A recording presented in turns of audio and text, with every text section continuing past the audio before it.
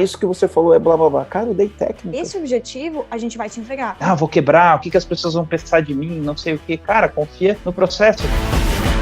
Está começando mais um podcast Empresa Autogerenciável, o podcast que vai ajudar você, que é dono de uma pequena ou média empresa, a construir uma empresa autogerenciável. O meu nome é Aline Decker. O meu nome é Luiz Gustavo. E eu sou o Marcelo Germano. Show de bola! Nós temos hoje um convidado especial, que alguns de vocês talvez já tenham escutado em outros episódios, Luiz Gustavo, mas mesmo assim vamos relembrar. Se apresenta para os comandantes que estão ouvindo, fala da sua empresa, quem é você, quanto tempo você é empresário, conta um pouquinho de você, Gustavo.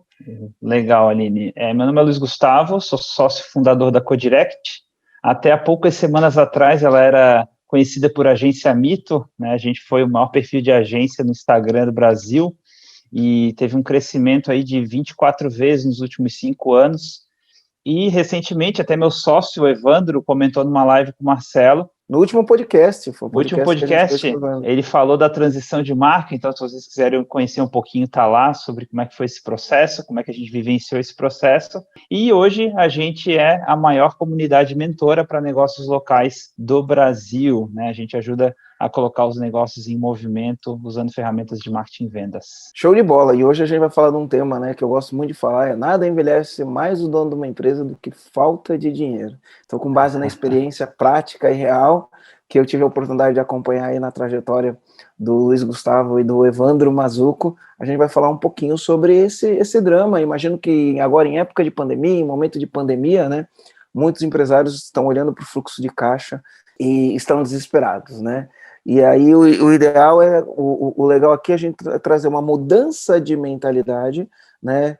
Que muitas vezes uma mudança de mentalidade, uma mudança de crença em relação a algumas coisas relacionadas aos clientes ou a como você lida com o teu caixa pode te ajudar a mudar o jogo e ter uma empresa que gera mais caixa, né? Eu gosto de falar que faturamento é vaidade, lucro é sanidade, caixa é rei, né? A gente, para quem é ligado mais no mundo empresarial e principalmente na parte acadêmica ou na parte de ensino, a gente fala, né? A gente vê empresas com lucro quebrar, né?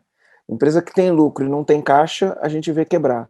Mas tem empresa que não tem lucro, mas tem caixa, essas não quebram, né? Então, por isso que faturamento é uma vaidade. Eu faturo tantos milhões, tá, e daí, né? Me fala mais, qual que é teu lucro? Lucro é sanidade, você tem que ter uma empresa que visa o lucro, né? E caixa é rei, não adianta você ter lucro e não ter dinheiro para pagar as contas, né? E aí eu falo, e a gestão de tudo isso é rainha, né? Então, eu falo que no final do dia, né, você precisa ter mais dinheiro, gerar mais caixa para colocar mais dinheiro no bolso, e a gente vai falar dessa narrativa aí. Luiz, seja bem-vindo, seja bem-vindo. Não, só ia trazer aqui que o tema de hoje, mesmo como o Marcelo falou, a gente vai falar sobre gestão do fluxo de caixa, né, e como fazer o caixa crescer. Que a gente vai trazer duas narrativas aqui, principalmente na história do Tavo, como a gente estava conversando antes, que veio de uma trajetória de o caixa no vermelho ou o dente de crocodilo que você falou, né? Que sobe, desce, o caixa oscilando desse jeito. E hoje estamos falando com duas empresas aqui, que é a do Marcelo e a do Tavo, né? A do EAG, no caso, né? Que a gente tem o caixa hoje no azul e o caixa como uma fortaleza. Então, são dois exemplos mesmo para a gente seguir e entender o que aconteceu, para que hoje a gente esteja com caixa bonito no azul, incrível. Inclusive, o tema podia até ser assim, né? Como fazer o caixa da sua empresa ser uma fortaleza, né? E a gente estava falando, antes do Tavo falar, a gente estava falando só até para a gente entender, né? A gente fala o caixa no azul, mas talvez essa não seja uma expressão tão conhecida ou tão usada, né? Eu que sou um pouquinho mais da antiga, a gente falava, né? O caixa no azul, né? E quando tá ruim, o caixa no vermelho. Ele tá vermelho ou ele tá azul. E eu não sei se todo mundo conhece essa expressão do azul. Você conhece essa expressão do caixa azul? Ou tá, você usa ela no dia a dia? Aline, você conhecia a expressão caixa azul? Eu lembro que pra gente era, tipo, beleza, tá no vermelho. Aí saiu do vermelho e a gente fala, cara, positivou, dá graças a Deus, bora pra cima. Mas eu só é conheço muito as expressões por causa do EAG, né? Do contexto do EAG. A gente pergunta isso para os comandantes, né? Se o caixa tá no azul ou no vermelho, mas se não fosse por isso, talvez eu não conheceria. Mas é muito louco uma coisa na nossa história, né?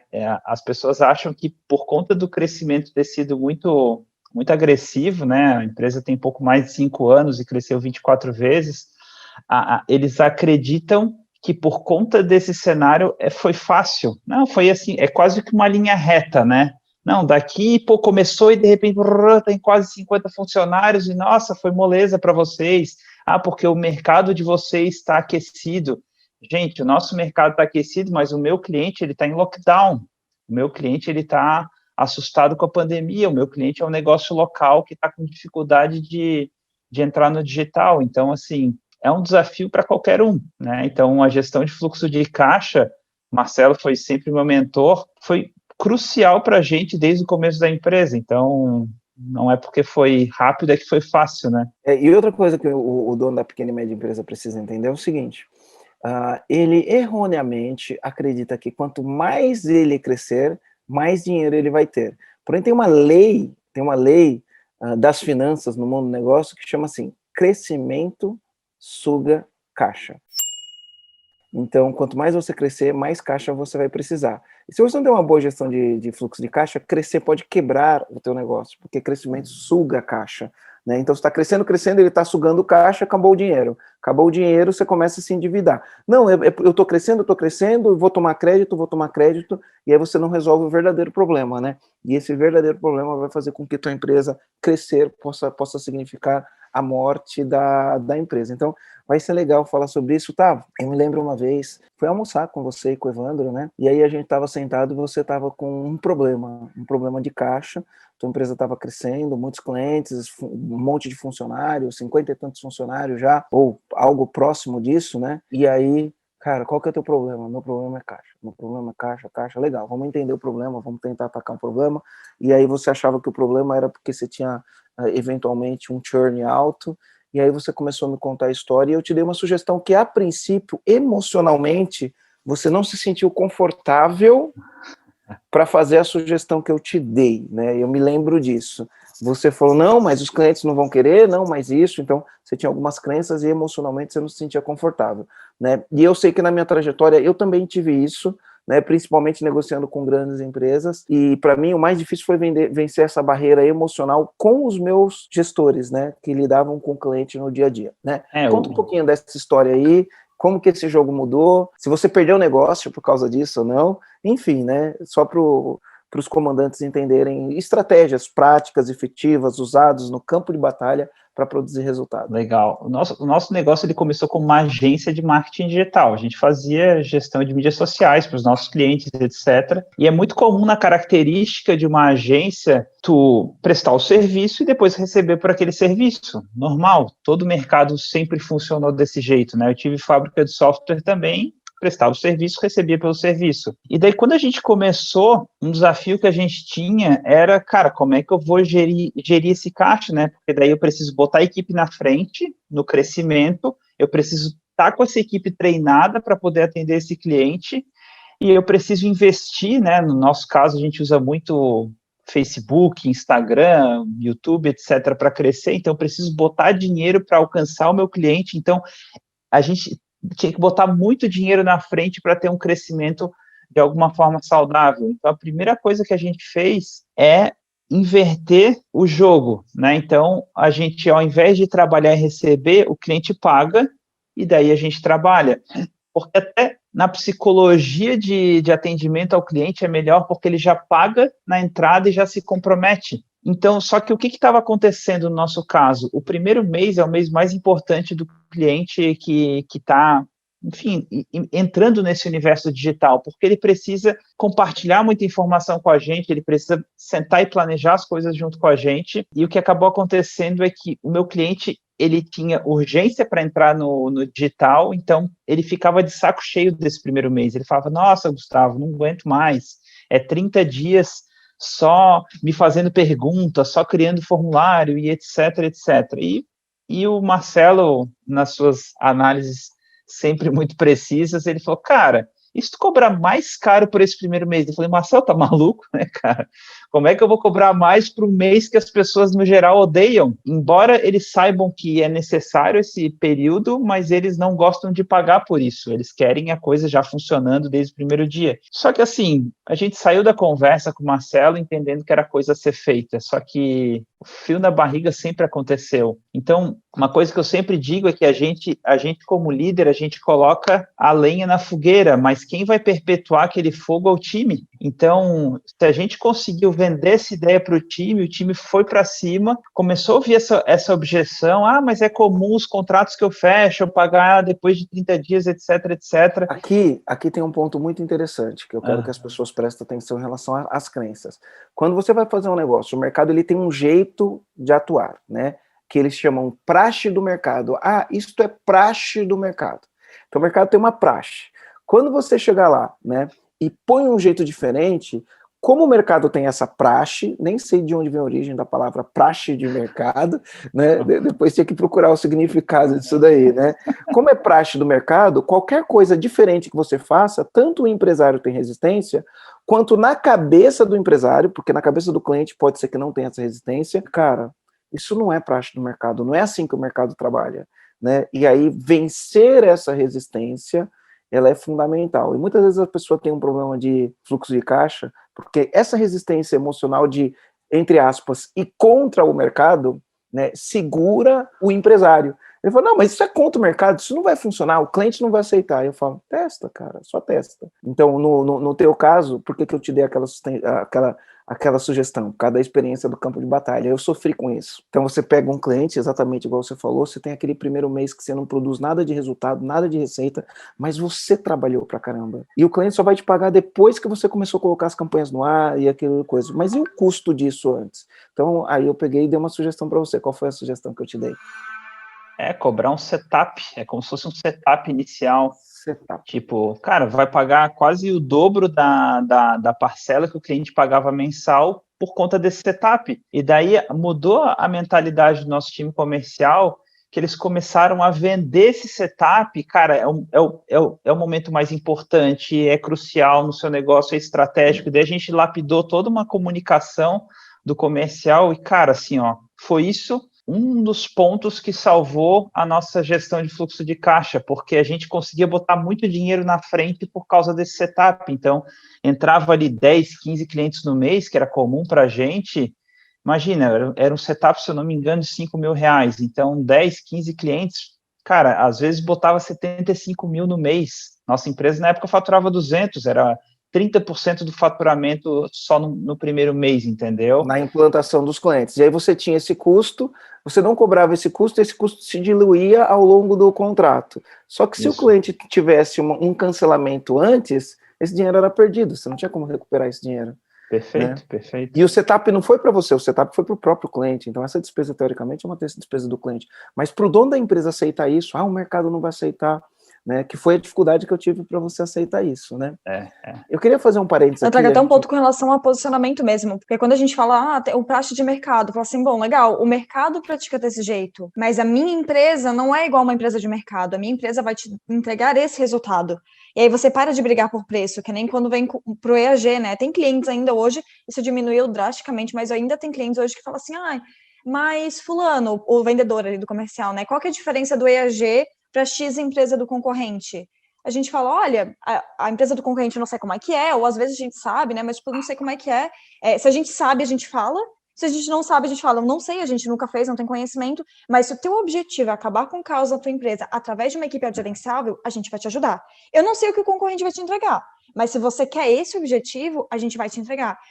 Então, você para de brigar por preço, brigar por discussões pequenas, porque você está posicionado. E aí a gente para de discutir sobre isso. Não, ter clareza no posicionamento muda absurdamente a tua relação com o cliente. Antigamente, por exemplo, antes da nossa mudança de marca, a gente não recebia lead orgânico, era tudo, cara, jogar lead no funil, trabalhar meio que na força bruta. Só nas últimas 2 semanas que a gente reposicionou a marca, novo site, etc., começou a pipocar gente do orgânico, vindo pelo Google, SEO, YouTube, etc., coisa que nunca aconteceu para a gente. Então, eu super concordo aí com a leitura da Aline. Aí uma coisa interessante, Otávio, aquele primeiro almoço, quando você veio, que você estava com esse problema de fluxo de caixa, você tinha um problema urgente de fluxo de caixa, né? E a empresa morre se não tiver caixa. Você tinha esse problema urgente de fluxo de caixa. Aí eu dei uma solução, que a solução é, Cara, por que você não chega para o teu cliente e fala, para o projeto funcionar, nós precisamos fazer um setup. Fazer esse setup envolve treinar meu time, trazer o seu projeto, apresentar para o meu time, vou ter horas de produção disso, treinar o seu time, vou ter horas de produção disso, e tudo isso tem um custo. Então você precisa pagar antecipado este trabalho. E depois, a partir do momento que a gente começa a trabalhar, eu vou te cobrar a mensalidade, como funciona, né? Aí você tinha aquela crença, mas ninguém faz isso, mas o mercado não faz isso. Eu falei, tá, não é porque o mercado não faz, não é porque é praxe do mercado que você não vai fazer isso. Então você teve resistência a isso. E o fato de você ter resistência, você não resolveu o teu problema de fluxo de caixa. Como você se sentia? Como que era? Como que você se sentia no trabalho, no dia a dia? Como que era o teu estado de espírito, o teu estado de humor? E como que era com a tua esposa? Chegava lá a sua esposa, ela trabalhava junto com você, né? Ela estava ali também no financeiro, e as contas não batiam, como que era? Tinha briga, não tinha briga? Era tudo mil maravilhas? Conta um pouquinho disso aqui. Porra, pergunta cruel, né? Mas, assim, era uma época muito difícil, né? Porque a gestão de fluxo de caixa, ela era diária. Hoje eu faço mensal, tenho uma reunião por mês com o financeiro para olhar os números, etc., e um acompanhamento de indicadores semanal, mas naquela época era diário, e assim, cara, vai faltar dinheiro, não tem como não refletir em casa, na sociedade, etc. A gente sempre foi muito parceiro, mas não tem como isso, tu não ficar com os nervos à flor da pele, assim, porque eu ficava meio que um ouriço naquela época. Então eu ficava Você com dormia mau bem? humor. Chegava em casa, deitava na cama e dormia? Como que era? Cara, assim, não dormia, tá? Não é que eu não dormia, é que como eu trabalho parte dele pelo Instagram, cara, eu ia dormir assim até o olho não aguentar, o olho caindo de lado e eu ali mexendo. Então eu fico num estado de ansiedade muito alto, e daí, assim, inevitavelmente tu fica mal-humorado, tu desconta no sócio, nos colaboradores, na esposa, etc. Então era um tempo que eu estava sempre com os nervos à flor da pele, assim, eu me sentia um ouriço, porque era como se estivesse em posição de combate o tempo inteiro. Então, assim, eu acho que não tinha nem tempo de sofrer com aquele estado, porque eu estava sempre tanto em posição de guerra, que a hora que eu abaixava, assim, mas assim, estava sempre com dor no corpo, né? Eu vivia com dor, eu aprendi a conviver com dor no corpo, dor nas costas, dor no ombro, dor no joelho, dor no pé, e eu sempre gostei muito, apesar do sobrepeso, sempre gostei muito de fazer atividade física, então eu sempre estava arrebentado, porque, assim, o corpo paga de alguma forma, entendeu? Então, sempre fiz muita terapia para tentar ter uma válvula de escape por causa da pressão que era naquela época, né? Era muito mais desafiante, era muito mais cansativo, assim. Fui passar duas noites, eu tive um ataque de ansiedade, fui para o hospital, achei que eu ia ter um ataque cardíaco, mas no final das contas era só um alerta, né, para puxar um pouco o freio de mão, etc., porque eu também não aceitava que a gente estava naquele momento de dificuldade, né? Eu falei, cara, não pode, se alguém faz, eu também consigo fazer, não é possível que a vida de todo mundo seja essa loucura, entendeu? Então era uma angústia constante, assim, olhar para o meu caixa e... O que você acha que mesmo eu dando uma solução, que hoje eu gosto de falar que quando a gente sabe o fim, né, o caminho fica mais fácil. Por que você acha que naquela época, eu te dando a dica ou a sugestão que você precisava, você resistiu a ela? Por que você resistiu? Por que você não aplicou? Porque assim, ó, testar, se você testasse, você não ia perder dinheiro porque você testou, né? Mas você não quis nem testar aquilo, tanto na convicção de que isso não vai funcionar, você não quis nem testar aquilo, né? Claro. Por que você acha que você resistiu a fazer alguma coisa Sim. que fosse diferente, que fosse, sei lá, fora da praxe do mercado, né? Pensar fora da caixa, usar de diferente, ter uma abordagem diferente. Por que você resistiu a fazer isso? Você sabe? Você consegue explicar? Consigo. Essa é uma boa pergunta, porque o que acaba acontecendo? Eu olhava para a minha realidade, por mais que, assim, eu sempre gostei muito de ler livro de negócio, me atualizar, fazer curso, etc., né, treinamentos. Quando eu olhava para a minha realidade, eu não conseguia enxergar que aquilo era possível dentro das ferramentas, dos indicadores, do cenário que eu tinha disponível. Então, tu olhava para a tua situação e falava assim, cara, isso não acontece, não é possível acontecer na minha situação. Então eu olhava, não enxergava que aquilo era possível com as informações que eu tinha. Então, quando o Marcelo provocou isso, a gente resistiu muito porque a gente estava olhando para o presente. Mas quando o Marcelo provocou, a gente começou assim, tá, e se? E se o que ele está falando for verdade? E se o que ele está falando der certo? E se o que ele está falando realmente seja algo que eu deva confiar? Mas teve o dedo da Karina aí, né? Depois a gente conta do segundo almoço. Se não fosse a Karina, eu acho que vocês não teriam feito.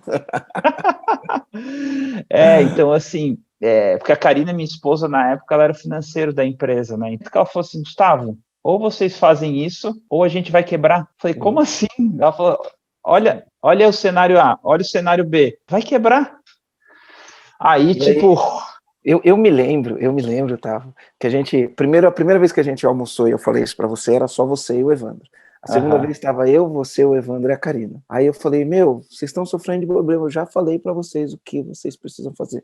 A Karina olhou assim, tá, o que precisa fazer? Eu falei, Karina, é assim, ó, vocês começam a trabalhar, aí vocês vão cobrar um valor fixo por mês, e o cara vai pagar aquele valor fixo por mês. Só que vocês começaram a trabalhar antes, você tem que treinar a equipe, você tem que trazer o cliente, você tem que estudar o cliente, tem que dar aula para o cliente, tem que fazer tudo isso é um custo, né? Esse custo que você vai ter, você tem que cobrar antes, antecipado. Você vai falar pro cara, é um setup. Aí eu contei, e na cabeça da Karine, ela não teve resistência, né? Ela olhou e falou, é isso? Aí eu falei, eu já falei para eles não fazem. Ela olhou para vocês com ar de reprovação e falou, não acredito que você não fez isso ainda, né?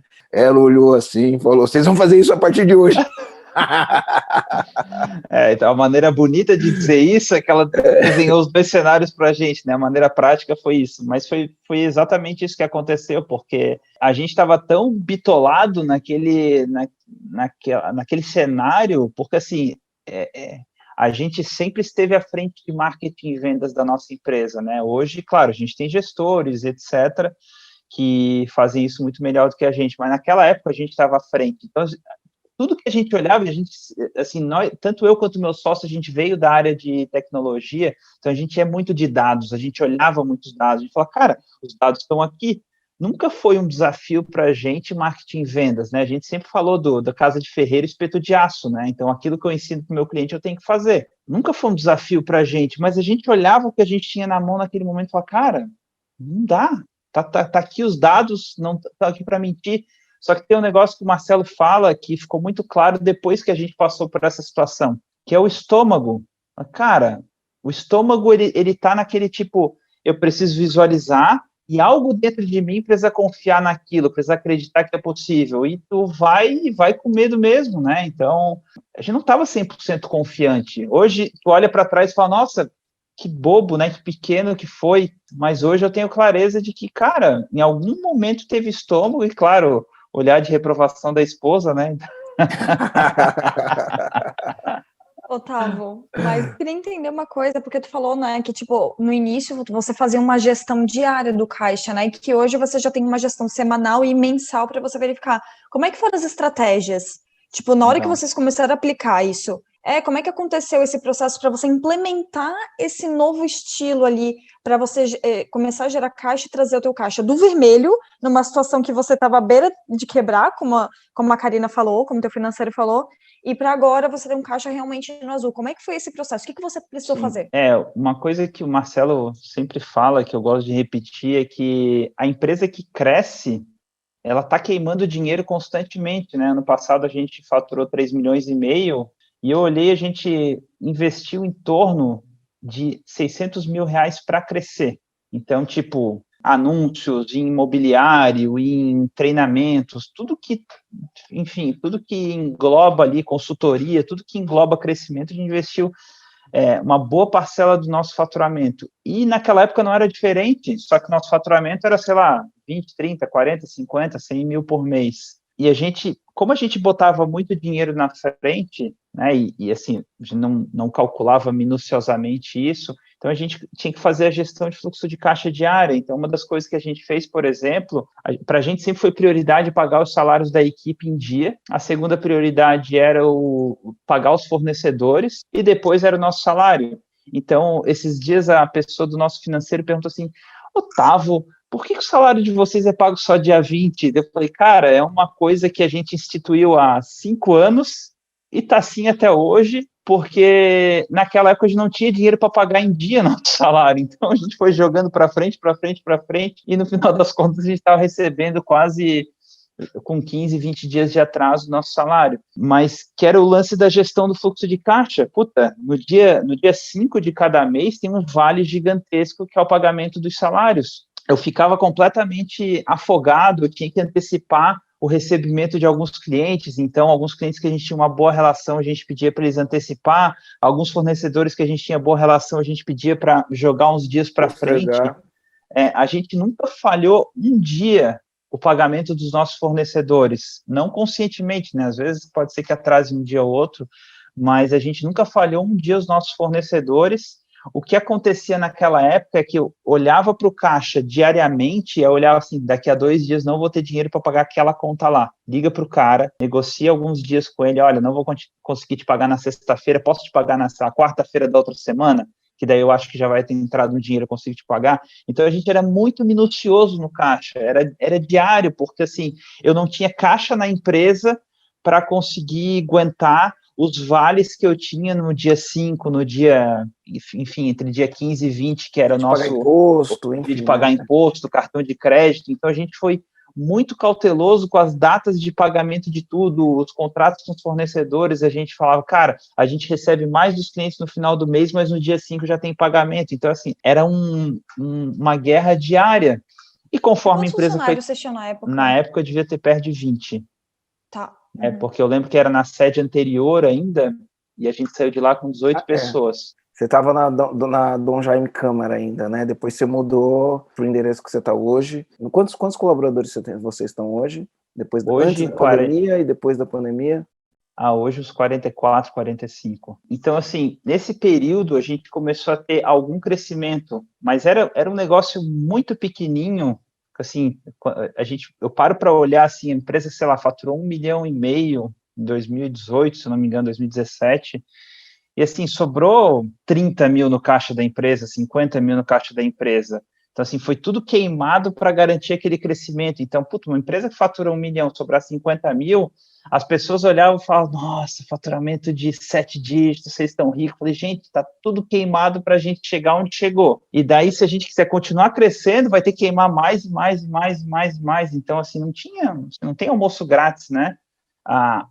Aí o que a gente foi fazendo, né, foi onde a gente identificou o nosso DFC, né, o nosso demonstrativo financeiro de fluxo de caixa, estilo dente de crocodilo. Que um mês estava positivo, negativo, positivo, negativo, positivo, negativo. Aí, no longo prazo, os meses positivos, eles sobravam um dinheirinho. E a gente sempre dividiu muito bem, né? Dinheiro da empresa, dinheiro dos sócios. E a gente nunca tocou na empresa, porque a empresa sempre foi prioridade, né? E o cara, quando está muito pequeno, ele divide, bota tudo no bolo, e isso que faz, eu acredito, a maioria das pessoas quebrarem. Então, esse lance, daí no longo prazo, o dinheiro ia sobrando, e a gente, com muita paciência, acumulando caixa, e conforme tu vai tendo caixa, tu vai ficando mais corajoso.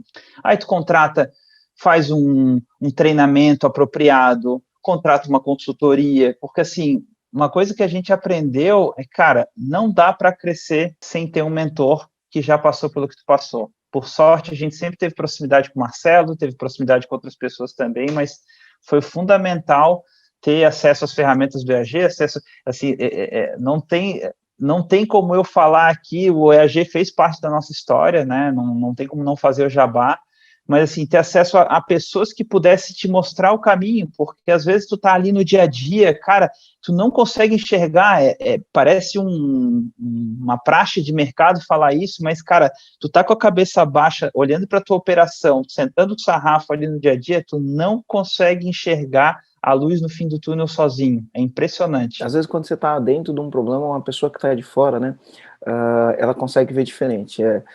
A metáfora para isso é o seguinte: imagina que você está num labirinto, você anda e bate a cabeça no labirinto, porque você não encontra a saída. Anda, bate a cabeça. Anda, bate a cabeça. Anda, bate a cabeça, você não consegue encontrar a saída. Qual que é o melhor jeito? Qual que é o melhor jeito de você sair do labirinto? Sabe? Levantando a cabeça. Não. É olhando ele por cima. Porque de dentro do labirinto, você só vê o caminho e bate a cabeça. Você só vê o caminho e bate a cabeça. Quando você olha ele de cima, você vê a saída. Então você vê qual que é o caminho que você tem que percorrer para sair na saída. Então o melhor jeito de sair de um labirinto é olhando ele por cima, né? E aí, por isso que a figura de ter um mentor, de ter alguém que conhece, ajuda quem está no labirinto a sair do labirinto, porque ele mostra, não, cara, olha aqui, ó, é esse o caminho, eu estou vendo daqui de cima, é esse o caminho, é esse o caminho, né? Mas o grande ponto é, as pessoas, elas tendem, né, ela tem um problema, primeiro ela precisa de conhecimento e capacitação para entender, né, quais são as ferramentas para usar o problema, mas só isso ainda eu acho que muitas vezes não é fundamental, porque o que acontece? Eu sempre falo assim, o cara fala, eu tenho um problema de fluxo de caixa, não, isso é sintoma. Fluxo de caixa nunca é o problema, é sempre o sintoma. O problema é outro, é igual quando você tem febre, o teu problema não é a febre, o teu problema é o que está causando a febre. O que está causando a febre é uma infecção, né? Pode ser uma infecção, né? Pode ser várias coisas que está causando, mas, via de regra, o que pode estar causando a febre é uma infecção. Mesma coisa o fluxo de caixa, quando o cara fala, cara, eu tenho um problema de fluxo de caixa, eu falo, você não tem um problema de fluxo de caixa. Isso daí é o sintoma de alguma coisa que está errado na sua operação, no jeito de você trabalhar, no teu modelo de negócio. Só como as pessoas estão acostumadas com, mas o mercado é assim, essa prática do mercado, ele tem muita resistência em fazer alguma coisa diferente. Ele tem muita resistência em propor coisas diferentes para o cliente. Ele vai ter muita certeza de que se eu fizer assim, eu não vendo. Né? Vai ter muita certeza. Não, se eu fizer assim, você não vende. Né? Se fizer assim, se eu fizer assim, não vende. E o cara nem tenta. Isso aconteceu comigo já em várias oportunidades de eu ter resistência de mudar alguma coisa, falar o cliente não vai aceitar, né? Já aconteceu várias, e aconteceu com você. Porque assim, ó, tecnicamente, o que o cliente faz para resolver um fluxo de caixa, né? Ele tem que trabalhar os prazos, né? Então, é prazo médio de recebimento, prazo médio de pagamento e prazo médio de estoque. Prazo médio de recebimento, quanto menor, melhor. Se receber antecipado, melhor ainda. Prazo médio de pagamento, quanto maior, melhor. Se eu puder pagar com 60 dias, é melhor do que pagar com 30. Prazo médio de estoque, quanto menor, melhor. Quanto menos tempo a mercadoria ficar no meu estoque, melhor. Então, para isso, o que eu tenho que fazer? Eu tenho que comprar menos quantidade, tenho que girar mais rápido, tenho que fazer um bom controle do meu estoque. O que os donos da empresa têm? Crenças. Não, mas se eu compro em grande quantidade, eu tenho desconto. Se eu compro em grande quantidade e eu pago à vista, eu tenho desconto. E aí, esse jeito de trabalhar, compra em grande quantidade e paga à vista. E aí, na hora de vender, ele fala, se eu não der prazo, eu não vendo. Aí vende e dá prazo para o cliente. Muito prazo, muito prazo, muito prazo. E aí ele está causando essa infecção que ele precisa curar. Só que ele não consegue curar essa inflamação, por quê? É prática do mercado. Ô Marcelo, mas, por exemplo, agora a gente deu o exemplo do caso do Tavo. Só que você deu essa ideia para o Tavo, no modelo de negócio do Tavo, né, ali, na construção da Codirect que ele teve, encaixou muito bem. Mas você, quando teve essa ideia e deu para o Tavo, é porque você já tinha aplicado. E é um outro segmento, uma outra cidade, outro estado, porque eu acho que isso é muito importante, que às vezes a gente fica pensando, né, não, mas isso funcionou porque está lá em Florianópolis, ou isso funcionou porque é uma agência de marketing digital, aí as pessoas podem pensar nisso. Só que você teve essa ideia porque você aplicou na Luma. E eu queria que você contasse um pouco como é que teve essa ideia e por que vocês aplicaram isso. Então, a gente tem um problema, né? E eu acredito que muitos donos de pequenas e médias empresas vão ter esse problema. A gente sempre fala assim, né? Em algumas coisas a gente não é pequeno demais para não ter, em outras coisas a gente não é grande o suficiente para ter, né? E eu tenho a impressão que a gente sempre, em algum momento, no crescimento, a gente não é pequeno para não ter e não é grande o suficiente para ter aquilo. E isso já começa a gerar alguns problemas, né? Então a gente tinha algumas questões como essa. E além disso, você tem a força, né? Academicamente a gente fala as forças de Potter, né? Que são as forças do mercado. Então eu tenho, primeiro, um concorrente. O concorrente tem um jeito de trabalhar. É uma força. Se ele tem um jeito de trabalhar e todos os concorrentes trabalham do mesmo jeito, isso me obriga a trabalhar do jeito que todos os clientes trabalham, que é a praxe do mercado que acaba ferrando tudo. Quais são as empresas inovadoras? São as que quebram a regra da praxe do mercado, são as inovadoras, as que fazem coisas espetaculares. Então, essa é uma força, a concorrência. Se a concorrência trabalha desse jeito, eu faço desse jeito. Qual que é a segunda força? A segunda, a terceira ordem é o que pouco importa. Eu não vou usar as 5 forças do Potter, vou usar só essas 3 aqui, que são as mais importantes. Então, você tem a concorrência, que tem um jeito de trabalhar, e você acaba seguindo. Aí você tem os seus fornecedores, tá? Se o poder da barganha está com o fornecedor, você joga o jogo do fornecedor. Então, se o teu fornecedor é muito grande, ou se ele é muito pequeno, dependendo da situação, né, ele tem uma força. E se a força está com ele, você vai jogar o jogo dele. E se a força está com você, ele vai jogar teu jogo. Então, o que eu estou querendo dizer, né? Dependendo do teu fornecedor, a condição dele de trabalho é essa. E se você não quiser, ele não vende para você. a força está com ele. Ele pode falar, não vou te vender, e a força está com ele. Ele pode falar, não vou te vender, a força está com ele. E aí você tem que comprar do jeito dele. Dependendo como for, se ele depende de você, ele fala, cara, pelo amor de Deus, preciso colocar um pedido aí. A força está com você. Você compra do teu jeito. Você fala, só para você colocar o pedido aqui tem que ser desse jeito, certo? Mas no final da conta, isso é tudo um jogo psicológico. Aí você tem o cliente. Quando a força está com o cliente, ele compra de você do jeito que ele quer. Então ele vai comprar de você, vai querer te pagar com 20, 30, 40, 50 dias parcelado em 10, 15, 20 vezes. Força está com o cliente. Quando a força está com você, tipo, se ele sair daqui, ele não compra de ninguém, porque o teu serviço é melhor, porque o teu produto você entrega mais rápido, enfim, porque você tem alguma coisa, a força está com você. Qual que é o jogo? Equilibrar essas forças. Mas mentalmente, a maioria dos donos da empresa, ele se vê perdendo. Quando ele vai comprar do fornecedor, a força está com o fornecedor. Quando ele vai vender, a força está com o cliente. Né? Quando ele olha a concorrência joga de um jogo que, às vezes, ele nem consegue jogar o mesmo jogo. E aí ele se vê amarrado, de mãos amarradas. Ele fala, cara, não tem nada que eu possa fazer se fizer alguma coisa diferente. Então, ele é um jogo psicológico. 90% do jogo, você vai ganhar ele nessa psicologia. Então, o que aconteceu? Eu trabalhava com grandes empresas. Aí chegava lá nas grandes empresas, as grandes empresas tinham um jeito, ó, só trabalho desse jeito. Se não for desse jeito, eu não trabalho. Aí eu falava, cara, se não for desse jeito, eu não trabalho. Até que eu comecei a olhar pro cliente e chegou uma hora, por exemplo, quando eu ia num cliente novo, porque nos clientes antigos eu não tinha como mudar. Mas nos clientes novos, eu comecei a chegar e falava assim, né? Falava assim pro Rogério, falava pro meu sócio, falava pro meu time de gestão, falava, olha é o seguinte, a gente tá ganhando dinheiro sem ter um cliente novo. A gente já ganha dinheiro sem ter um cliente novo. Só vai fazer sentido pra gente trazer um cliente novo se for para ganhar mais dinheiro. Se não for para ganhar mais dinheiro, não faz sentido. Então, toda vez que a gente ia para um cliente grande, e o cliente grande ele gosta dessa negociação agressiva, onde ele vai ferrar o teu fluxo de caixa, e você sabe que ele vai ferrar o teu fluxo de caixa, porque você tem que colocar dinheiro nele para trabalhar, e ele só vai te pagar do jeito que ele quer, né? Isso é ruim. Então, toda vez que eu chegava numa negociação, antigamente não queria perder o cliente, aí chegava na negociação, ficava cedendo tudo que o cliente fazia, porque são grandes clientes, são grandes contas. Um cliente da Luma é um cliente que, via de regra, quando ele contrata a gente, ele vai gastar pelo menos R$1 milhão com a gente por ano, né? Então, são grandes contas, você não quer perder R$1 milhão de receita num ano. Então, a gente se colocava numa posição fragilizada porque a gente queria muito cliente. Quando eu falei para os meus gerentes assim, ó, a gente já ganha dinheiro sem esse cliente. Só vai fazer sentido para a gente trazer esse cliente se for para ganhar mais dinheiro, porque se não for para ganhar dinheiro, não vai. E ganhar dinheiro não envolve só ter lucro, envolve você gerar caixa. Então, eu me reunia com os diretores dessas empresas e eu falava de peito aberto, eu falava, cara, olha só, cara, estou tentando negociar com você, minha empresa tem muito interesse em trabalhar com a tua empresa, né? Você trabalha numa grande empresa, numa multinacional, no final do dia, o teu acionista, ele quer lucro e ele quer caixa. No final do dia é isso. Você tem que mostrar resultado para o seu acionista. Acontece que na minha empresa, eu sou acionista da minha empresa, e eu quero a mesma coisa que você, eu quero lucro e quero caixa. A minha empresa, ela está performando, eu estou ganhando dinheiro sem trabalhar para você, e eu quero muito trabalhar com você. Mas para mim só vai fazer sentido trabalhar. E eu falava exatamente do jeito que eu estou falando aqui. Para mim só vai fazer sentido trabalhar com você se for para eu ganhar mais dinheiro. Se não for para eu ganhar mais dinheiro, não faz sentido. E o jeito que você quer negociar comigo, você não está deixando eu ganhar dinheiro, só você quer ganhar. Então não faz sentido, é melhor a gente continuar amigo e a gente parar por aqui. Agora, se você entender que do mesmo jeito que você tem que gerar um resultado para o teu acionista, né, você tem que gerar caixa, gerar lucro, você entender que eu preciso gerar para o meu negócio, porque na minha empresa o acionista sou eu, a gente vai fazer negócio, senão não vai. Aí a gente conseguia negociar, alguns não entendiam, não queriam negociar,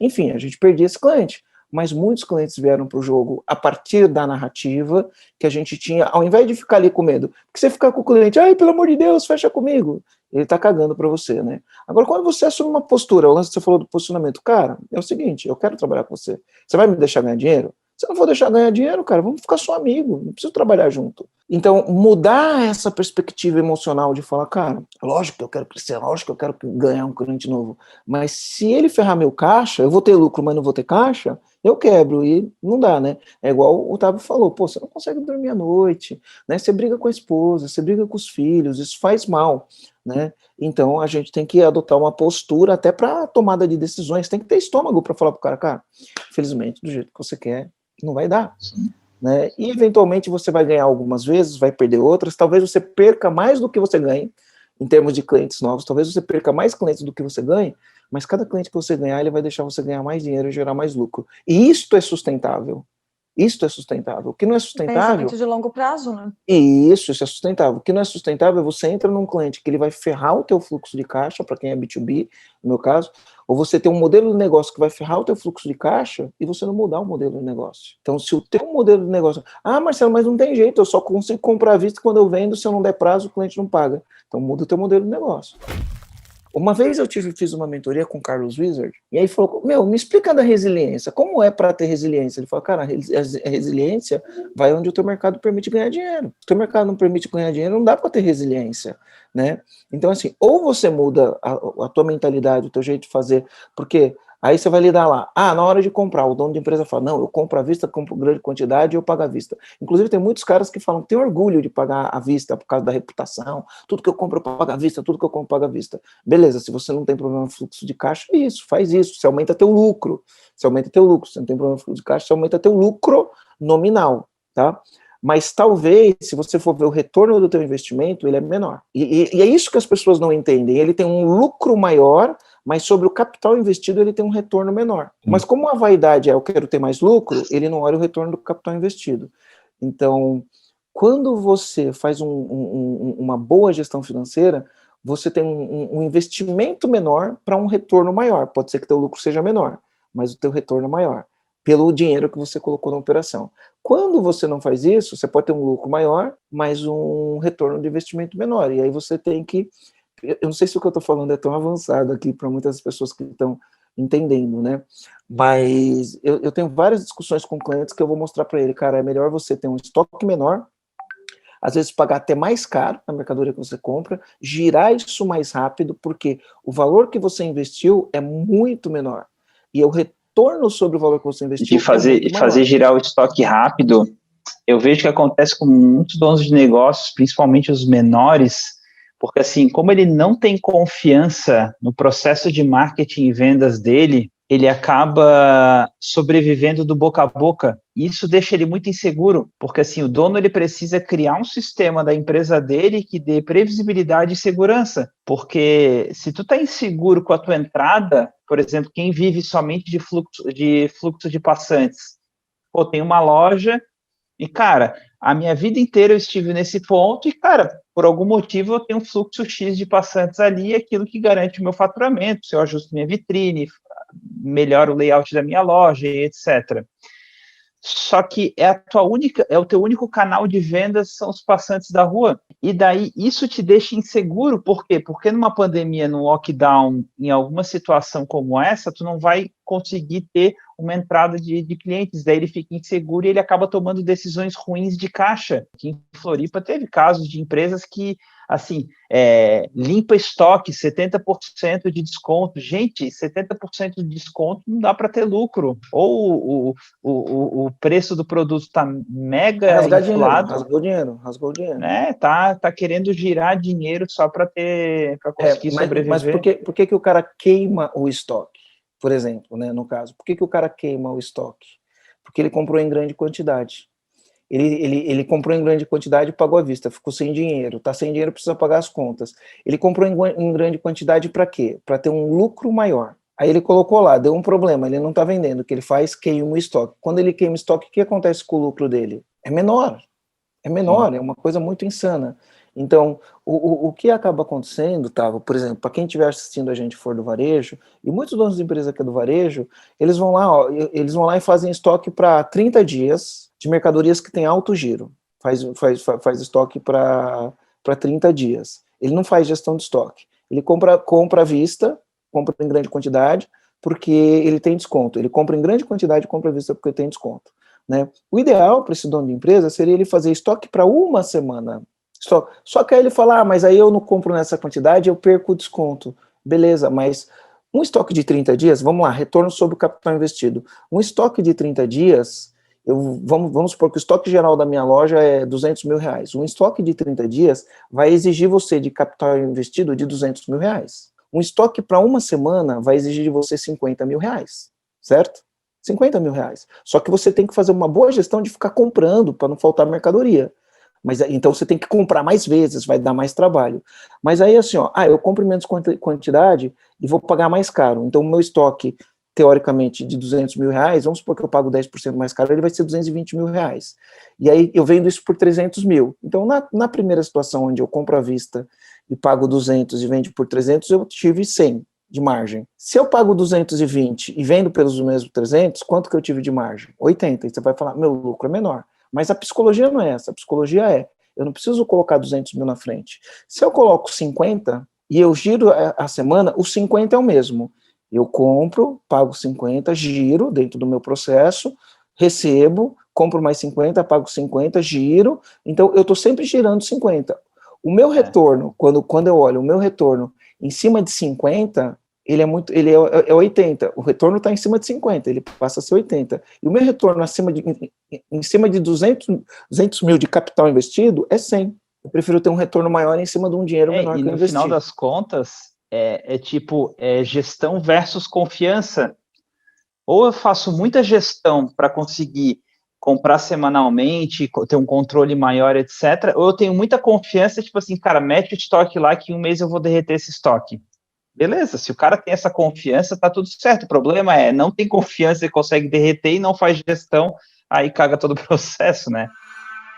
Eu fui numa grande rede de um amigo meu, de restaurantes, e aí passei lá, fui algumas vezes fazer algumas visitas para entender como ele fazia. Pensa, o cara é um dos maiores redes de restaurante do Brasil, restaurantes grandes, com fluxo de gente gigantesca, aqueles que você fica uma hora esperando para entrar. E aí, quando fui eu entender dele, a gestão do estoque dele é para uma semana. Gestão, toda semana ele está ali. Então, tem uma pessoa no processo de compras, fazendo gestão de estoque uma semana, controlando mercadoria que entra, que sai, enfim. Né? E o que eu vejo em muitas empresas? Os caras não fazem gestão de estoque. E sabe uma coisa que eu vejo pior nas empresas? Tá? Uma coisa que eu vejo pior? Eu falo assim para as pessoas, você colocaria a nota de 100 empilhada e deixaria em cima da mesa, num lugar que passa um monte de gente? Você faria isso? As pessoas diriam que não. Diria que não, né? Eu vejo muitos donos de empresas fazendo isso. O estoque é dinheiro. Dependendo do teu estoque, o cara pega aquela mercadoria ali e ele vende ali, 20 minutos depois a mercadoria está vendida. Ou ele vende mesmo antes de pegar. E o que eu vejo em muitos estoques? Estoque aberto, todo mundo entra e sem controle. Um estoque aberto, onde todo mundo entra e está sem controle, se alguém pegar alguma coisa no estoque, ninguém percebeu. E o cara sai com aquilo do teu estoque e vende. Não, vende antes de pegar, inclusive. Né? Então também são outros problemas que as empresas enfrentam, que quando você vai olhar no fluxo de caixa, o cara fala, descobri que estava tendo um desfalque. O que eu mais ouço é, descobri que tinha um desfalque na empresa. Eu falei, lógico, você deixa um monte de nota de 100 em cima da mesa, vai ter desfalque. O pessoal, olha, vamos nota de 100, pega. Né? Todo mundo entra, todo mundo sai, se eu pegar, ninguém vai saber que fui eu que eu peguei.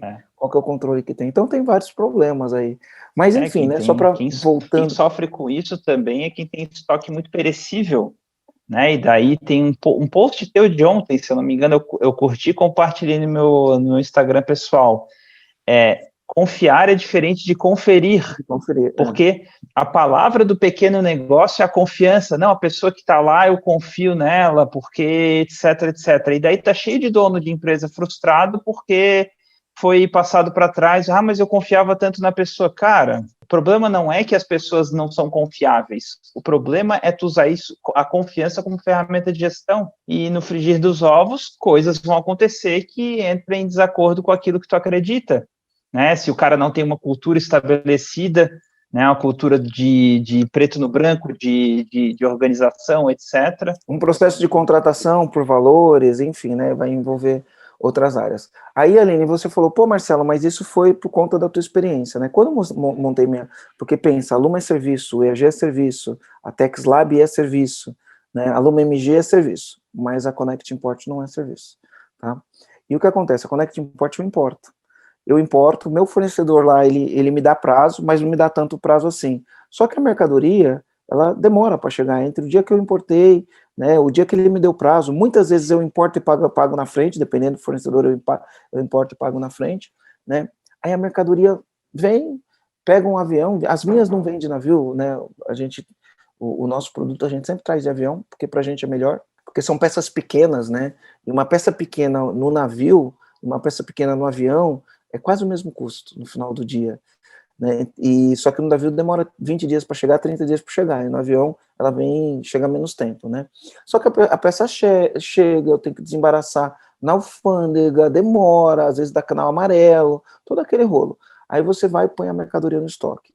Entre o dia que você comprou e ela chegou no estoque, a gente já tem um delay aí de 20 dias. É o prazo correndo, né? É o prazo correndo. Eu tenho menos, quanto mais ela demora para chegar, menos prazo eu tenho para pagar. Quando eu tenho prazo. Quando eu não tenho prazo, mais tempo eu demoro para recuperar o dinheiro que eu coloquei na frente. Então, tem que fazer essa bela gestão disso. E aí, o que acontece? Aí o cliente liga e fala assim, mas eu só pago 30 dias. Então, o que eu adotei como política lá na Connect, logo quando começou?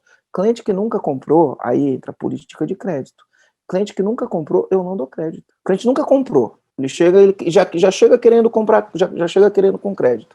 Cara, você nunca comprou de mim. Primeira compra você tem que pagar à vista. A mercadoria está aqui, você precisa da mercadoria, eu sei que sou eu que tenho essa mercadoria, né? Ou de repente até outro tem, se achar outro, fica à vontade. Mas você nunca comprou, não dá para eu dar crédito para quem nunca comprou de mim. Aí o cara faz a primeira compra, ele me paga à vista. Quando ele faz a primeira compra e paga à vista, eu peço autorização dele para levantar o score. Por quê? Eu falo, você quer crédito? Eu vou te dar crédito agora. Né, mas eu preciso levantar o teu score. Levanta o score para ver se o cara é um bom pagador. Então, tem uma ferramenta do Serasa que você levanta o score.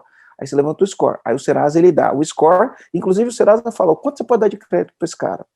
Mas aí, na minha política de crédito, o que eu faço? Eu falo assim, se ele fez uma compra de 5 mil, eu dou 5 mil de crédito para ele. Por quê? Porque o cara faz a primeira compra de 5 mil, aí você dá crédito. Aí ele faz a segunda de 20, a terceira de 30.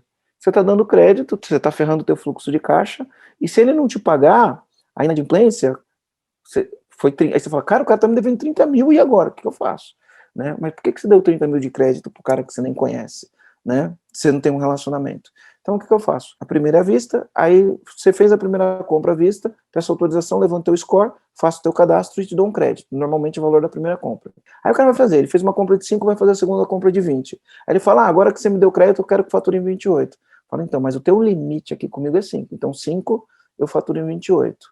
E aí, os outros 15, você tem que me pagar à vista. É lógico que aí a gente não é tão radical, porque o cara já comprou, fez uma compra, eu sei no score dele que ele é um bom pagador, aí que eu faço? Eu falo assim, eu não posso te dar 28, mas eu te dou 14, metade com 14 e metade com 28, pode ser? E aí é a negociação, Com o tempo, você dá direto 28 pro cara, sem ter 14, 28, mas estabelece o relacionamento. Aí o que eu faço com a inadimplência? Né? O que eu faço com a inadimplência? Dei crédito para o cara não me pagou, dei crédito, ele não me pagou. Então, chegou no dia, atrasou, no dia seguinte, automaticamente o sistema já dispara um e-mail para o cara falando que está atrasado. Aí, na conciliação bancária, eu vejo que o cara não pagou, eu ligo, falo, cara, deixa eu só te avisar, você não pagou, né? Está atrasado, e eu queria entender se aconteceu algum problema, vamos planejar, preciso saber que dia que você vai me pagar. Aí, beleza. Se o cara já resolve ali na hora, não corto o código de crédito dele, tá tudo funcionando. Mas se o cara não resolve, se o cara me dá uma canseira, eu corto o crédito. Beleza, aí vai para protesto, tem todo aquele rolo lá. Eu corto o crédito. Aí o que acontece? O cara vai comprar de novo. Eu queria colocar um pedido. Eu falava, bom, pra você colocar pedido tem duas condições. A primeira é pagar o que você deve, e a segunda você tem que me pagar à vista. Não, eu pago o que devo, não sei o quê. Eu falo, cara, você perdeu o crédito. Eu te dei um crédito. O crédito é uma condição, né? Quando eu te dou o crédito e você não paga no dia, você perdeu o crédito. Então agora você tem que pagar, e para levar mercadoria você tem que pagar à vista. Mas aí fica ruim de trabalhar. Fala, pois é. Então você nunca mais me atrase, porque aí não fica ruim para trabalhar, aí fica bom. Aí o que acontece? Você educa o cliente. Toda vez que o cliente te atrasar, vai falar, cara, se eu atrasar esse cara aqui, ele não vai me fornecer a mercadoria. E muitas vezes eu sou a única pessoa que tem aquela peça, eu sei disso, né? Então o que você faz? Você educa o cliente. Uma vez que você educou o cliente, ele não te atrasa mais. Vai ter cliente que vai ficar puto e fala, não compro mais de você. Opa, tudo bem, você pode comprar de quem você quiser. Comigo você fez um acordo. Se você não cumpre o acordo, você não cumpriu o acordo. É simples assim. Você pode gritar, pode chorar, pode falar um monte de coisa, mas você não pagou, cara. Quem não paga não tem crédito. Da próxima vez você me paga em dia. Então, aí o cara tem que conquistar o crédito de novo. Ele tem que fazer 2, 3 compras para conquistar o crédito. É difícil conquistar o crédito de novo. Aí ele conquista o crédito. Ele não vai querer perder de novo. E legal assim, porque eu vejo tu falando e eu começo a ver o cliente do outro lado, né? A pessoa que está ouvindo a gente falando, mas o meu negócio é diferente. Mas isso que ele falou não funciona para o meu negócio. Mas se eu fizer isso, eu quebro. Cara, eu não quebro, eu estou fazendo isso e não quebro. Mas a questão é o seguinte, ter um método é melhor que não ter um método. Né? Tu sempre repete isso, né, Marcelo?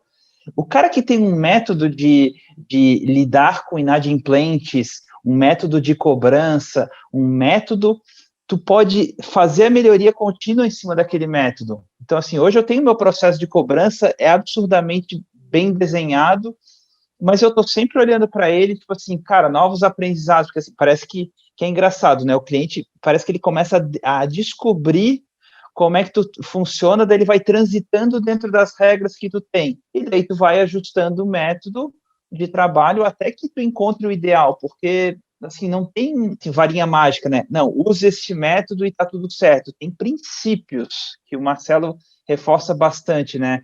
Então, pagar prazo, receber à vista, etc., né? Trabalhar com o estoque mínimo possível, mas a questão é, cara, para quem está com essa crença, mas o meu negócio, não sei o quê, tenha um método e trabalhe em cima desse método. E outra coisa que eu sempre falo, né? O cara fala, isso não funciona. Eu falo, bom, o que não funciona é o que você está fazendo, senão você não estaria aqui reclamando para mim de problema de fluxo de caixa.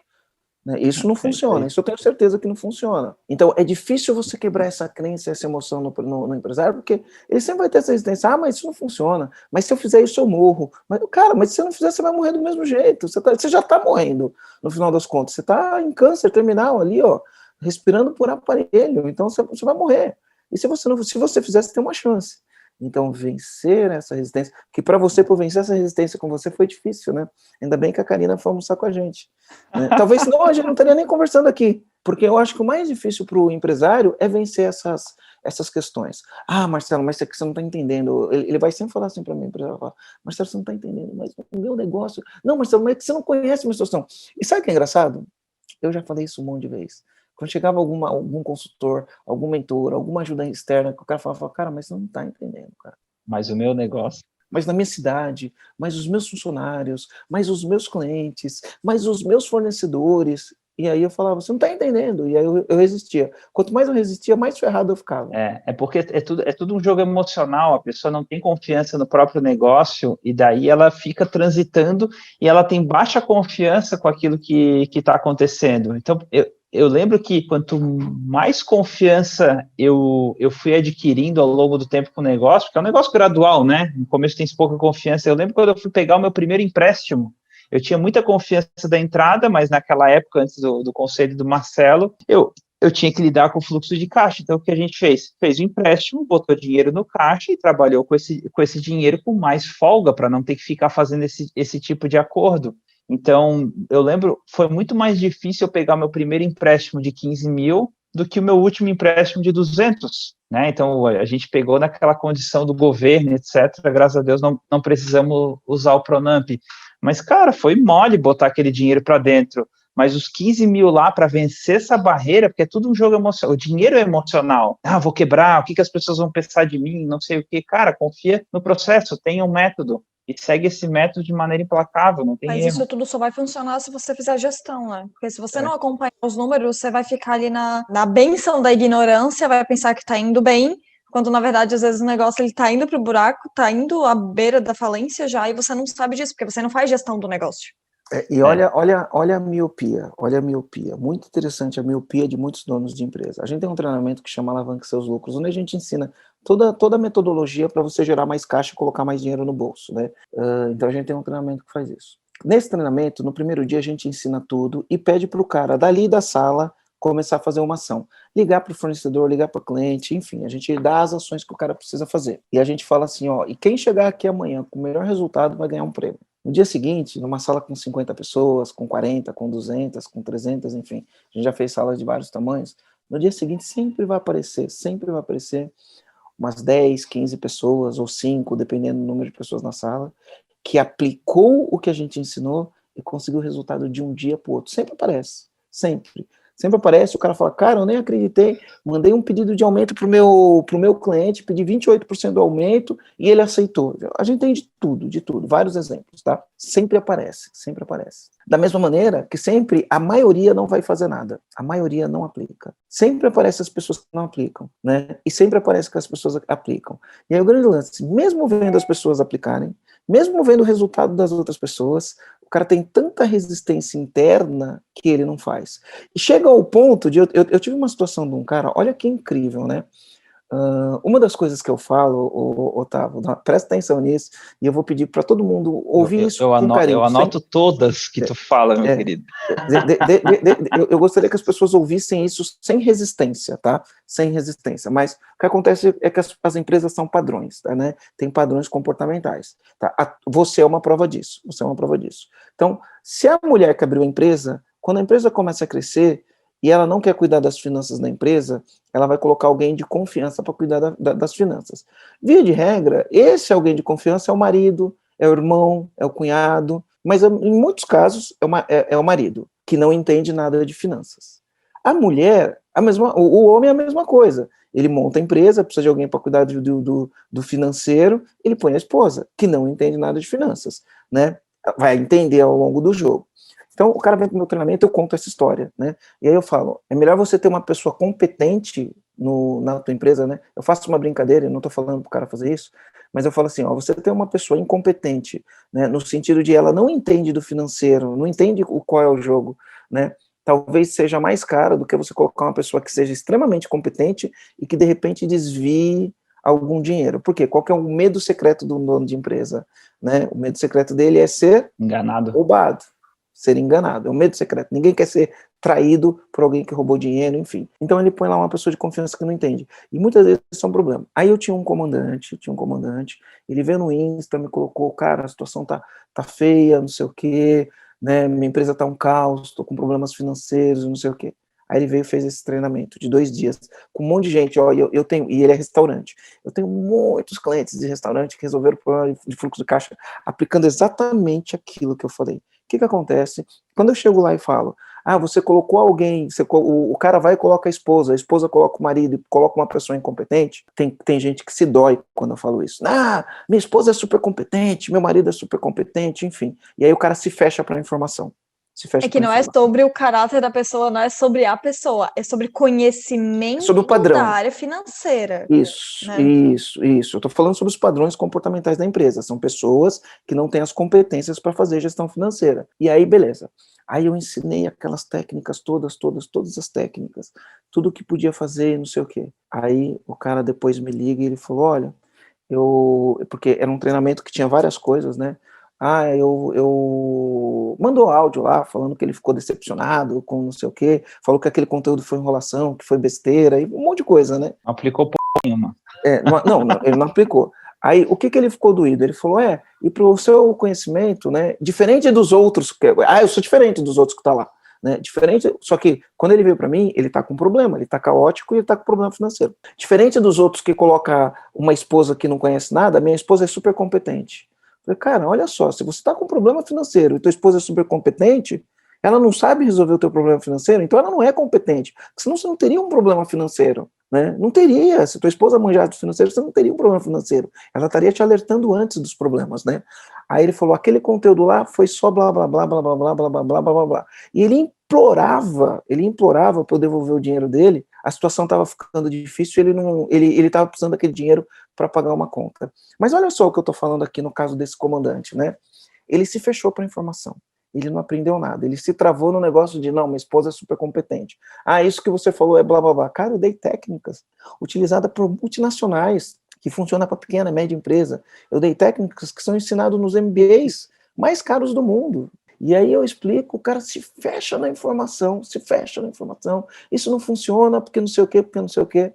E aí, moral da história, né? Ele não aplicou nada, cara, não aplicou nada. E aí o que acontece quando não aplica nada? O jeito de fazer é errado, o jeito para estar com caos, o jeito para estar sem dinheiro, isso ele já conhece, ninguém precisa ensinar ele, porque o que ele está fazendo está levando a isso. Aí você ensina um jeito novo, o cara olha e fala, isso não vai, porque fazer ligação não vai resolver o meu problema. Tá bom, cara, então não faz ligação. Mas quando você tem um método que funciona, é melhor ter um método do que não ter método nenhum. É o que você está falando. E qual que é o problema da pessoa seguir um método que funciona?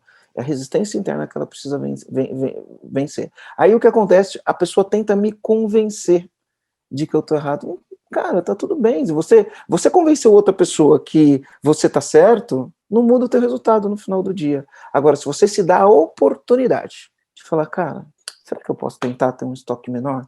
Será que eu posso negociar prazos maiores, mesmo que eu pague um pouquinho mais na mercadoria? Será que na hora de vender eu não posso treinar meus vendedores para vender à vista? Será que eu não posso fazer uma gestão mais efetiva disso? Será que eu não posso cobrar do meu cliente antecipado? Por exemplo, quando começou a pandemia ano passado, né? Aí as pessoas vieram falar assim, Marcelo, eu tenho clínica disso, clínica odontológica, clínica de estética, serviço disso, serviço daquilo, eu tenho empresa que faz limpeza de sofá, eu tenho empresa que faz não sei o quê, né? Como que eu faço? Falei, cara, vende voucher. Como assim vende voucher? Vende voucher, cara. Você vai vender um voucher. Então, se hoje você cobra 10, você vai vender um voucher pro cara, ó, você tem direito a fazer 10 limpezas, você tem direito a fazer 10 cortes de unha, você tem direito a fazer 10 profilaxias, enfim, você tem direito a fazer 10 coisas, o preço dessas 10 coisas seria 1.000, mas se você fechar agora essas 10 coisas, que o preço seria 1.000, você vai pagar 800. Você tem um benefício por comprar em mais quantidade e por estar pagando antecipado. Aí o que você faz? Colocou dinheiro no caixa. Colocou dinheiro no caixa. Aí o que acontece quando eu falava isso nas lives? Mas quando acabar a pandemia que eu vou ter para entregar, aí eu vou estar entregando, não vou ter tempo de vender mais, não vou ter isso, não vou ter aquilo, e não vou ter aquilo outro. Aí o cara já criou uma barreira. E aí ele não fazia. Aí tinha gente que fazia, que arrebentou de vender, que vendeu como nunca tinha vendido, né? E tá vivo e tá bem. E quem não fez? Tá sofrendo. Fala, cara, vende voucher, vende assinatura, vende não sei o quê. Isso é louco, isso não funciona. Aí lá na frente eu tenho que entregar, e aí lá na frente eu vou ter um problema. Cara, você tá com problema hoje. Lá na frente você tem ociosidade, lá na frente você trabalha a tua agenda, lá na frente você organiza seu tempo, enfim. Mas a resistência emocional ou psicológica do cara colocar em prática, né, fazer com que o caixa dele tá azul. Então, parte é técnica, né? Eu fiz um treinamento com o Tony Robbins uma vez, ele falava assim, 90% do jogo é psicológico, 10% é técnica, né? Então 10% é técnica, 90% é psicológico, né?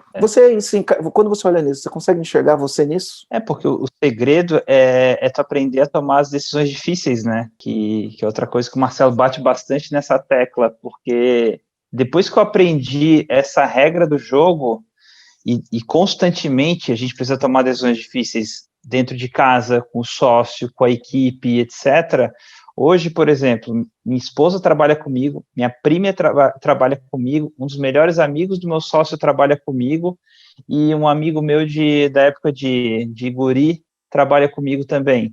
E eu alinhei a expectativa antes deles entrarem na empresa e falei, gente, muito legal, vai ser um prazer gigantesco, estou contratando vocês pela competência de vocês, mas eu quero deixar claro uma coisa, se vocês não performarem, eu vou ser a primeira pessoa a chamar atenção, e se precisar demitir, quem vai demitir sou eu. Tu já seta essa, e claro, assim, hoje está sendo maravilhoso com todos eles, né, porque além da confiança tem a competência, está ajudando a gente até aqui, e cara, tá claro que não performou, vai sentar e vai ter que tomar uma decisão difícil, e provavelmente esse comandante que o Marcelo citou, é o cara que tinha que tomar uma decisão difícil em relação à própria esposa, né, depois que eu identifiquei qual que é o papel de verdade de um financeiro numa pequena empresa, né, que a gente tem expectativa que o financeiro da empresa seja o guru dos números, que seja um bom analista, que seja um bom controlador, né, faça boa gestão do dinheiro, que saiba planejar e que saiba negociar quando precisa negociar com o fornecedor, cliente, etc.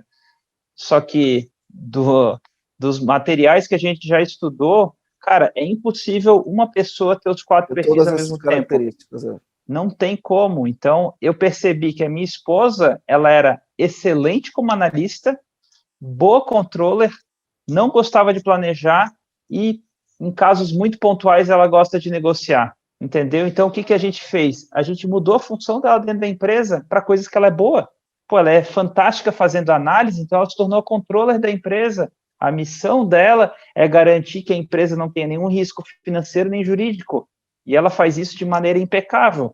Mas se eu botasse ela para, por exemplo, fazer o nosso planejamento, não conseguia saber como é que ia ser a próxima semana, porque a gente foi onde estava a habilidade única dela. E é fantástica. Se colocasse ela para negociar, ela talvez não conseguiria negociar. Perfeito. Vocês tiveram que reconhecer isso, é o processo do estômago, né? Porque você reconhecer que foi algo, que foi o que não aconteceu com aquele comandante que mandou o feedback para o Marcelo, e reconhecer um erro, reconhecer algo que está acontecendo também é um estômago, não é só tomar decisões. Você reconhecer para daí poder tomar decisão também é um processo de estômago. Eu queria perguntar agora, Otávio, qual que é o comando que tu deixaria para o dono de empresa que está hoje enfrentando essa questão de, cara, como que eu vou lidar com o meu fluxo de caixa, principalmente por causa do lockdown, né? Principalmente porque isso realmente impacta de forma muito forte as empresas, mas qual que seria o comando que você daria para esse dono de empresa? Primeiro, né, sou suspeito, né, faça o EAG, mas segundo, quando a isso, faz o EAG, né? Mas assim, quando a confiança diminui, que é o que está acontecendo, tem que aumentar a ferramenta. A ferramenta é o conhecimento, é o método, é a gestão. Então, assim, se a confiança está baixa, você precisa se capacitar mais, precisa ter mais ferramenta para lidar com a baixa confiança. Porque a gente fica muito inseguro, o dono de empresa, ele toma decisões emocionais o tempo todo, e se ele está inseguro, as decisões são péssimas. Então, ele precisa se capacitar para conseguir tomar boas decisões.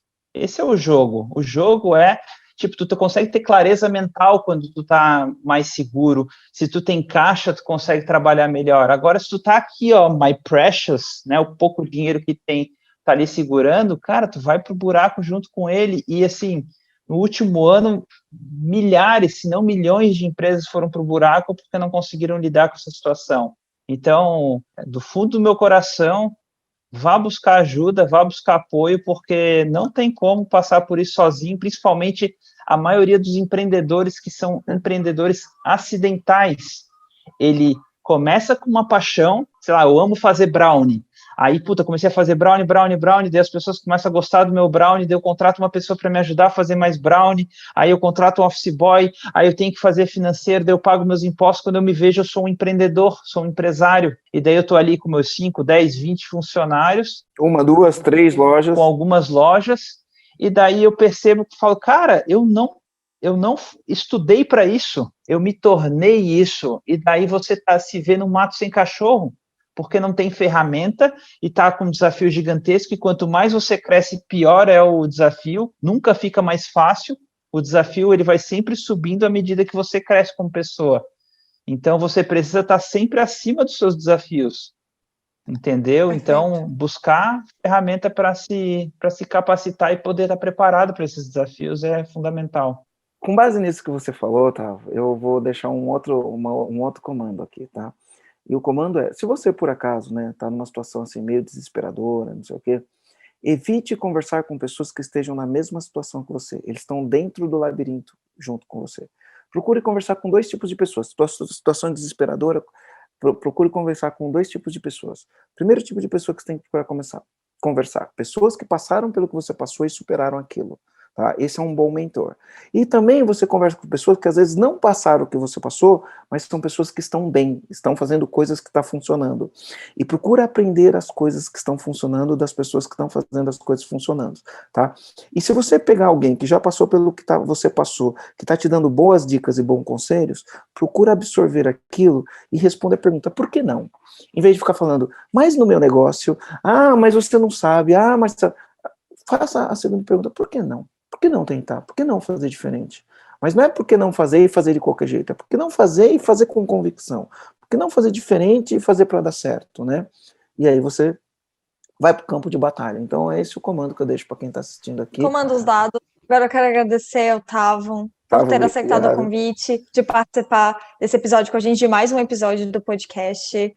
E foi um prazer, em homenagem ao João, que está recuperado. Foi um prazer inenarrável gravar esse episódio com vocês. E em breve o João vai estar aqui com a gente de novo, gravando os podcasts também. Vai ser incrível ter ele de volta. É isso. Obrigada, Tal. Obrigada, Marcelo. Valeu, gente. Obrigado pelo convite. Um abraço. Fui. Valeu.